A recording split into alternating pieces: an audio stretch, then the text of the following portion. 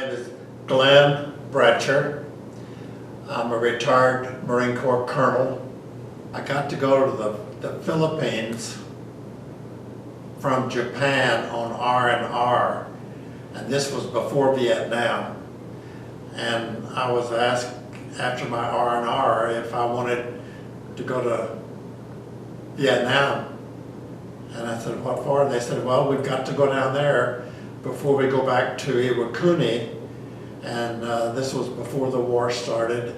And I thought, great, this is an opportunity for me to go to another country. So I said, sure. And sure enough, we went there in a C-130. And I only spent a half day. Never thought that I would be going back to Vietnam 2 different times. But that was an experience to go there and ride in on a C-130 and see how they landed and all that. It was a good experience. What were the years of your second tour of duty in Vietnam, and had things changed from your first tour of duty to your second tour of duty, and how did they change? Yes, well, again, I am lucky to be alive, and one of the reasons is because of the way that I got my assignments to Vietnam. I was with the 1st Aviation Unit that went into Vietnam in 1964-65, and then I went back in 1969-1970. So I was there at the beginning of the war and at the ending of the war.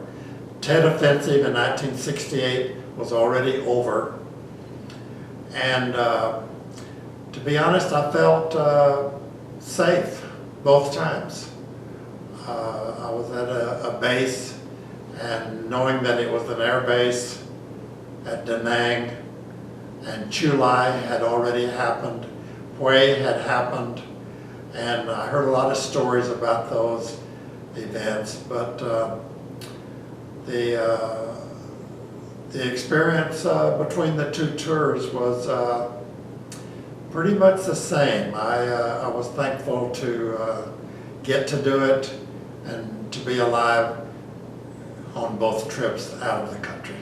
Well, this was 1968, Tet Offensive, and I had gone in 1964 and 65 on my first tour. And from there, I went back to Marine Corps Air Station El Toro, California. And I never dreamed that I would be going back to Vietnam.